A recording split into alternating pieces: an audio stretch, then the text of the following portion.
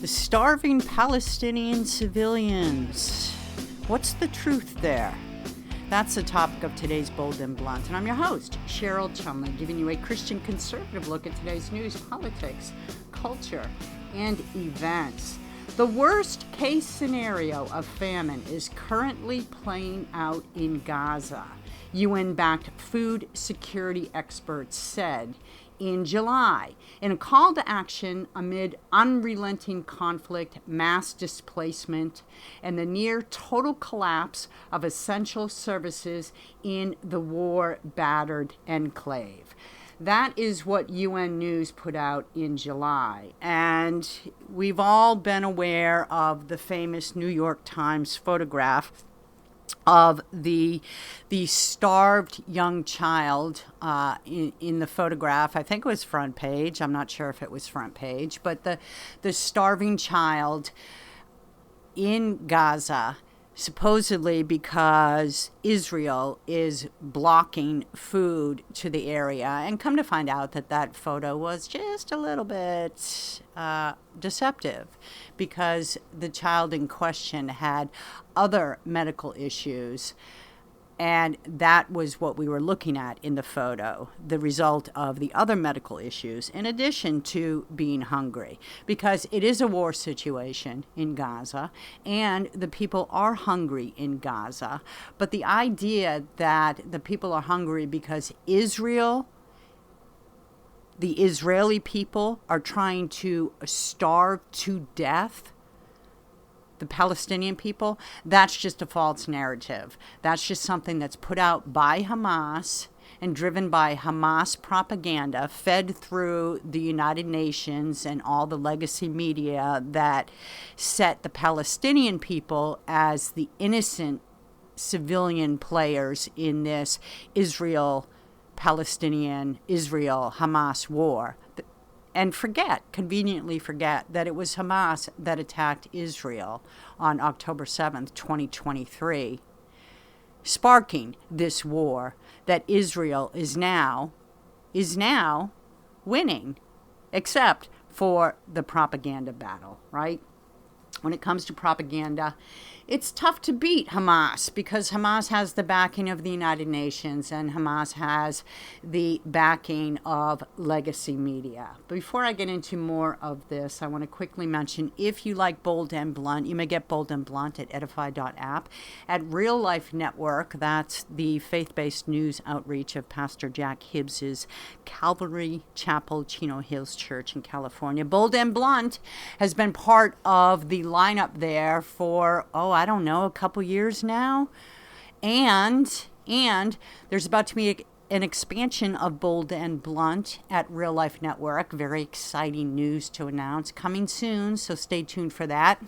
You may also get Bold and Blunt at WashingtonTimes.com, where you can sign up for my 3 times a week newsletter. It's called Bold and Blunt with Cheryl Chumley. You'll get my commentaries delivered right to your email box, as well as my twice weekly Bold and Blunt podcasts.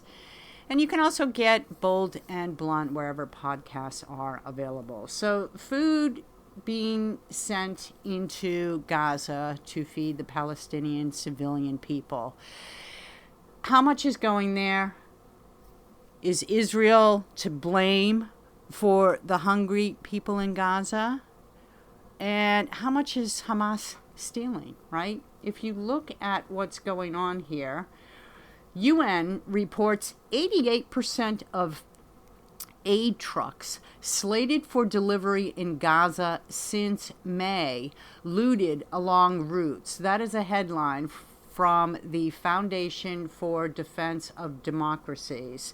And it is a headline that came out August 5th, 2025. All right, let me read from this, because this is interesting. Because everybody thinks when it comes to feeding the Palestinian people in Gaza that the UN is the key player here. And the UN, which gets its money from its member nations, including America, which hopefully will change someday. But anyhow, the UN, which gets its money from member nations, has been sending in aid by the truckload, by airdrops, by various methods, since I don't know, the start of the war where Israel first started attacking in Gaza in defensive mode because Hamas attacked Israel in October 2023. So the food that the United Nations sends into Gaza, unfortunately, is more often than not being stolen by Hamas. So basically, the world governments are supporting Hamas in this war.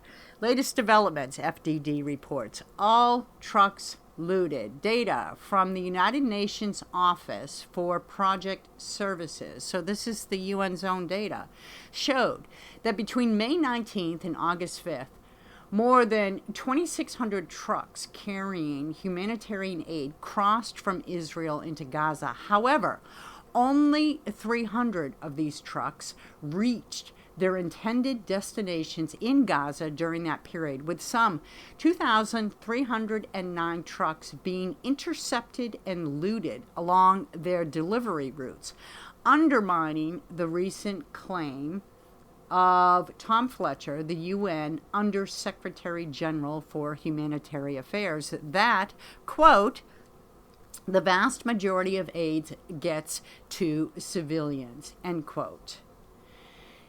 UNOPS's data did not distinguish between the parties responsible for the interceptions, noting only that the aid was stolen by either A, armed actors, or B, hungry people. Well, it just makes common sense that Hamas, having most of the arms in Gaza, if not all, are the ones who are stealing the aid.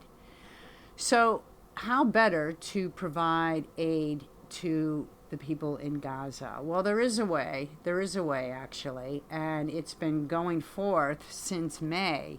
Thankfully, we don't have to rely just on the United Nations and the bloated bureaucracy called the United Nations and the even anti-Semites at the United Nations to provide aid, right, for the people of Gaza. What is the Gaza Humanitarian Foundation, GHF? This is on American Jewish Committee's website. The Gaza Humanitarian Foundation is a new U.S. and Israel-backed initiative designed to deliver humanitarian aid directly to Palestinian civilians while keeping that aid out of the hands of terrorists. I'm reading from this site.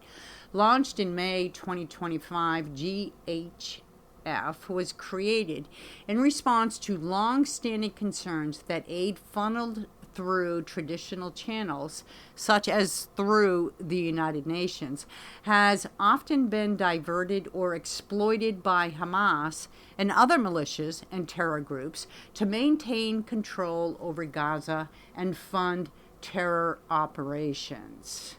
Well, that's what's going forth, right? And it only makes sense.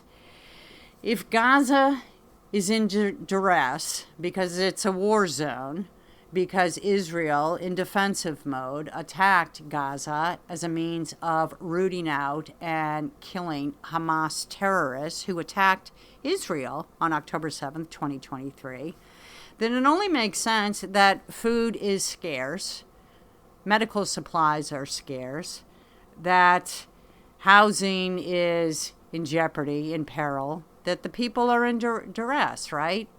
And so who gets the food? When aid is sent in, who gets the food? Well, the people with the biggest guns. The fact that the United Nations won't change how it does business, though, won't change how it provides aid to the area is I don't know, it's baffling.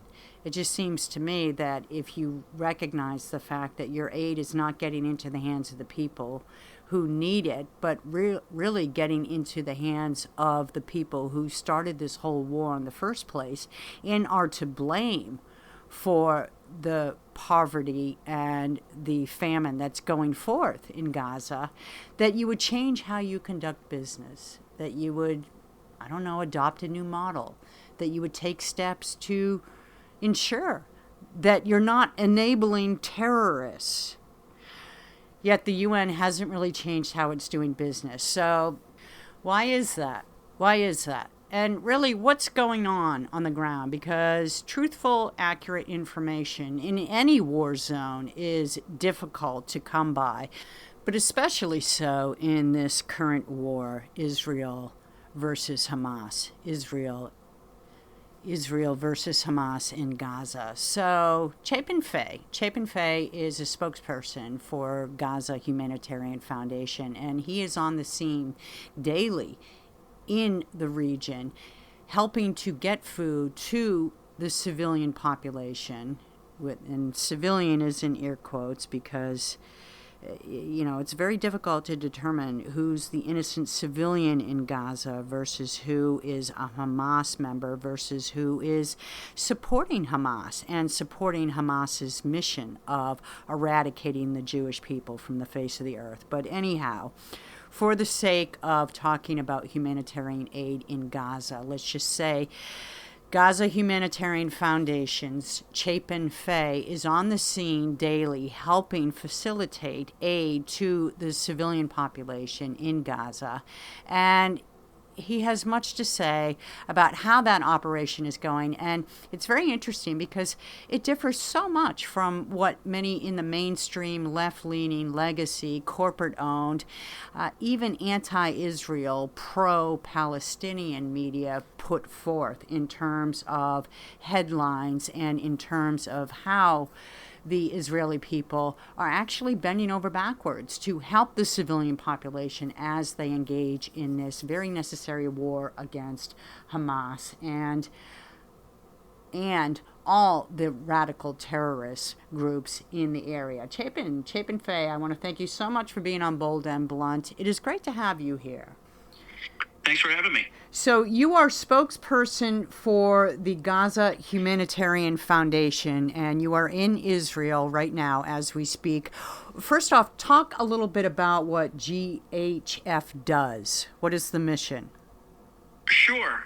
The Gaza Humanitarian Foundation, or GHF, is an independent, neutral, American-based humanitarian organization with one mission and one mission alone, which is to feed the people of Gaza in a way that Hamas or anyone else cannot steal it. And we've had zero diversion, and we've delivered over 175 million meals to put them directly into the hands of the Gazans who need it the most in the last 4 months.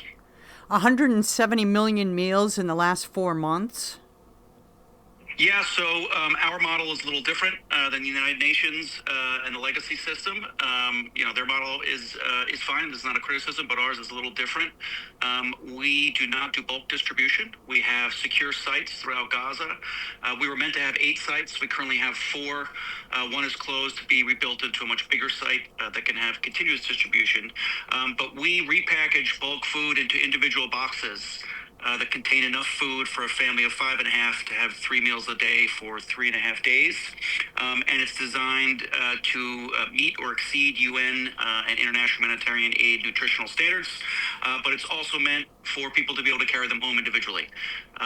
So that's also one reason, besides the fact that we have armed security along with humanitarians and local Palestinian workers on our sites, that Hamas can't steal it. If they were going to steal it, to hoard it, or sell it, they would have to take thousands and thousands of boxes off of thousands of people, which is just logistically difficult. So we believe our model is working, and we are the only humanitarian aid organization currently feeding people in Gaza efficiently, safely, and at scale. So I understand when you say you don't want to criticize the United Nations, but I don't have that hesitation because I think it's something like 85 or 90% of the UN pressed aid for the people of Gazans is stolen by Hamas. Yeah, that's right. Listen, this is one of, if not the most complex humanitarian crises of our lifetime, and it's happening in an active war zone. We are all having logistical challenges. We are transparent. We innovate at GHF. We're proud of that, to do things differently and solve challenges. But yes, you can see that the United Nations is currently having difficulty getting its aid where it's supposed to be. That is why we have an open offer, an invitation to them to collaborate. Our leadership back home has had some meetings with their leadership, so we are optimistic, cautiously optimistic, that one day we would be able to do that. But we can provide security and logistics, advisory work. We can distribute. They have unlimited aid. We have a distribution system that's working. We can certainly distribute their aid through our sites. If we sat down at a table and solved challenges together and worked together, imagine how many people in Gaza we could be feeding. So, what are some of the politics that are holding up the situation of the United Nations working with you? Well, you'd have to ask them. We're a disruptor in a decades, if not centuries old, not centuries, but decades old industry, right? So we're a disruptor at the end of the day. We also have a model that's different. We were never meant, despite what you may read or hear about from our critics, we were never meant to replace the UN. We were meant to be one small part of a much bigger, more complex solution to this complex problem.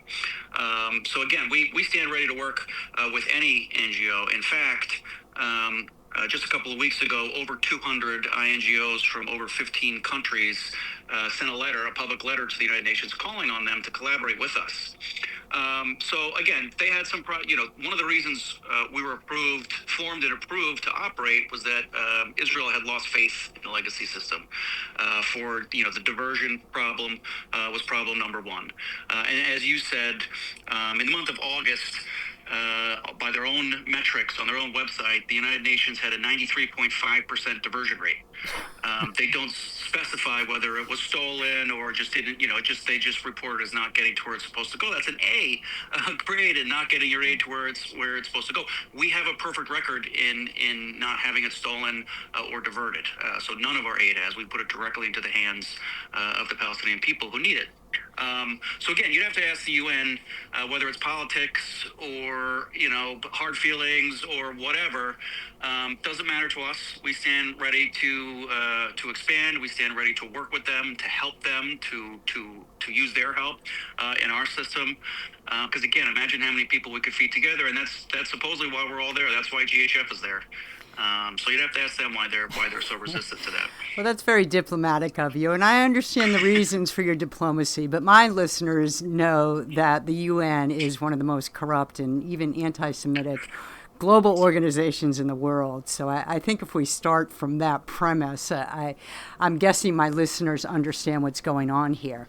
But could you define further diversion versus theft, or is it one and the same? The legal definition I may not have exactly, but so diversion means the aid is not getting to where it's going. And Okay. so over the past couple of weeks, you can see all over social media drone footage and videos of the UN system, right? So they do bulk distribution. So they try to move trucks with giant sacks of flour, for example, right? That's meant to be distributed from various points. So at best, you're seeing thousands and thousands of desperate, hungry people swarm these trucks, pull the drivers out. Being a local UN truck driver or any aid truck driver is one of the most dangerous jobs in the world right now. And you see them tearing apart the food because it's bulk flour bags that are hard to carry individually back. You see people getting trampled. The trucks are rolling over people, and at worst, you see armed men and Hamas riding them around, particularly in the north. Right. So diversion can mean any number of things. There are also other, armed gangs besides Hamas that operate in Gaza. And again, at the end of the day, these are desperate, hungry people who are, we are told at our sites they are surviving and sustaining their family based on the food that they're getting from us every single day. So, that's the diversion can have any number of definitions, but so two of the ones you're seeing on social media recently, and two of the biggest challenges for the United Nations and others are it being stolen, or just the trucks immediately get met with desperate, hungry people. So our sites are only in the south. We were meant to have 8 sites across Gaza. That is per the IDF. We push the IDF every single day to allow us to open and expand more sites and to deconflict and to create more humanitarian zones. But we're not operating in the north, where most of these problems that we were just talking about are taking place, and the need is much more acute, certainly up there, because the aid is just not getting to where it's supposed to go. So, what is preventing you from headed to the north? Is it the IDF, their inability to guarantee your security, or is it just something else going on? So the increase in operations by the IDF in the north over the past couple of weeks has certainly affected everyone's ability to distribute aid. It's affected us in the south as well as people leave Gaza City and the surrounding areas and move south. We've seen anywhere from 15 to 20% increase in the number of people to our sites. So that certainly has an effect. Also, we have a particular model of secure distribution sites, and the IDF builds those and then hands it over to us after they've cleared an area and made it safe and created a humanitarian corridor. Though I would point out we are independent and neutral. IDF is not on our sites, and we control them completely once they're handed over to us. But the IDF controls entrance into Gaza and controls Gaza, and is now moving or has moved into the north to control even more of Gaza. So we're beholden to them a little bit. So when the IDF hands over the site to you, do you have armed security? Is that what keeps Hamas from diverting your aid as they do the United Nations? Yeah, so again, our model is a little different. Our sites are run by local Palestinian workers. They are the first instance of dealing with the crowd, opening the sites, downloading the aid from the trucks when they arrive, operating the forklifts and all that kind of stuff. So they run the site. They work alongside our humanitarian teams, which are humanitarian professionals, many from USAID, some even from the United Nations itself, who have been doing this their whole lives. Our executive director is a lifelong humanitarian who has done food distribution in Iraq and Afghanistan and all sorts of war-torn places on behalf of America. And then, yes, we work alongside security professionals who are very highly trained, highly experienced, and highly intelligent former U.S. military veterans who are hired not because they know how to pull a trigger, but because they know how and when not to. They've never actually fired a bullet at anyone. They have fired into the air on occasion, the most recent of which was that Hamas fomented stampede at one of our sites months ago. A former Marine shot into the air so he could run into the stampede and save a child's life, which he did. That same guy, same day, a Hamas agent that we identified in the crowd pulled a pistol on him. He did not raise his weapon. He ran at the man, tackled him, and wrestled the pistol away and let the man run back into the crowd, because these guys and women, we have men and women security personnel, they know that one of the biggest Hamas threats is they're trying to get our security personnel to shoot at a crowd. And they haven't done it, and they will never do it. They're just so highly skilled and trained that they would never do that. So yes, that is one reason for the no diversion. Our convoys have never even been attacked. So our model sees the aid trucks loaded with pallets of our boxes into Gaza. They are accompanied by armed escorts. The trucks that the security is in are not offensive. They are defensive. They don't have weapons on them, but they look like bank armored cars. They go to the sites. They download the aid, and then that convoy leaves. And then about an hour before distribution is set to begin, the mobile teams come in with another security team and our humanitarians, who then work with the local workers to do the distribution. And I would add, our local workers actually live on site and have for a couple of months because of the Hamas threat, the threat to their families and to themselves, and they cover their faces while they're on site. And you saw just recently Hamas executed some Gazans who were accused of collaborating with Israel. While we are totally neutral and independent from Israel, our local workers are also under threat. Wow. But yeah, so that's our model, and we believe it's working. And then, I mentioned a commitment to innovation. Unlike the legacy system, we are not a one-way, our way or the highway type of organization. We have to stop pretending that there's only one way to deliver aid to the people of Gaza. And so one of the things that we're really proud of is we now have separate women's distributions. So one of the challenges we had to solve for was that in our original model, when we opened the sites, younger, fitter men often got there first, and women, children, elderly, disabled, they could be left behind. So now for about 2 months, over 2 months now, we've been doing separate women's distribution. We are now up to over 6,000 women per day who line themselves up, organize themselves. There's also a reservation system. They can sign up for an ID card and sign up for a time and reserve aid so that they don't have to run to the site. They don't have to rush. They can come at a particular time and be guaranteed to pick up the aid. And it really is moving to see all of these women, organizing themselves and just, in a very dignified, humane way, we are putting boxes directly into their hands to take home to feed their families. That is amazing, really, what you described. And there must be stories of heroism that go forth every day. I just wonder if you could explain or clarify headlines in America from certain media that talk about the starving people of Gaza. Well, so we aren't starving people. We are feeding them. I'm not denying that the people of Gaza are hungry and that they're desperate. And that they rely on the aid to survive. But in the South where we operate, most of the people that come every day.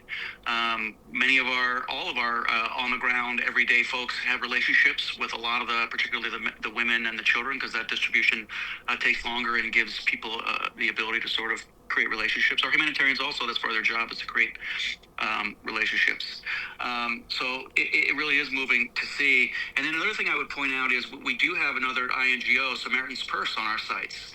You talked about, seeing moving things and heroism. These are, doctors and nurses who are there delivering or distributing medical aid, patching up folks who have injuries that occurred outside the site or just on their own in their daily lives. And they also were very grateful for Samaritan's Purse, donated RUSF, which is ready-to-use supplemental food, which is children's nutrition, like little peanut butter packets for calories. We've distributed almost 1 million of those on behalf of Samaritan's Purse. So there are a lot of moving things to see when you're out there at these sites. And so, the need is more acute in the north, as I mentioned, where we're not operating. But we see over the last 4 months, health outcomes are getting better, and the pressure is coming down, particularly where we're operating, as people are getting healthier and relying on our aid to survive. So we don't see, mass starvation or anything like you're reading about, particularly in areas where we're operating. And just to finish up with this question, Chapin, what are your needs? How can people help? GHF, Gaza Humanitarian Foundation. What are the needs right now? Sure. Well, if we are to expand, we're waiting for some direction from the U.S. government. I know that President Trump and Prime Minister Netanyahu are having a press conference today on President Trump's plan for peace. We will need, more resources if we're going to, double or triple in size, as you've read about. I don't have any insight into that yet. We're waiting on direction. But we are very grateful for the grant from President Trump and his administration a couple months ago. And of course, our other donor nations that we are funded by. But generally just, spreading the word, sort of correcting the misinformation. When it comes to the Middle East, there's a lot of disinformation that comes out of here, particularly, from Hamas and the Gaza Ministry of Health. Just meet those statistics with extreme skepticism, because I can tell you from what we're doing at GHF, we're putting food directly into the hands of the people of Gaza and just trying to do the right thing by them every single day. And perhaps putting some pressure on the United Nations, correct? Absolutely. I mean, we would love to collaborate with them. And again, we are in favor. GHF is in favor of ceasefire. We're also in favor of more aid. So we're glad the United Nations is trying to move more aid in, though concerned with the safety of that. We were glad to see airdrops. Though again, you can see on social media concerns about the safety of those. But more aid is the answer to many of the problems in Gaza, and we're going to do our part until the full need is met. Chapin Fay, I want to thank you so much for taking the time out to come on Bold and Blunt. Such wonderful work, and I appreciate your time. Thank you. Thank you. And that's another Bold and Blunt. Remember, if you like Bold and Blunt, you may get Bold and Blunt at edify.app, at Real Life Network, at WashingtonTimes.com, and of course, wherever podcasts are available. Tune in next time. In the meanwhile, don't forget, stay blunt, stay bold.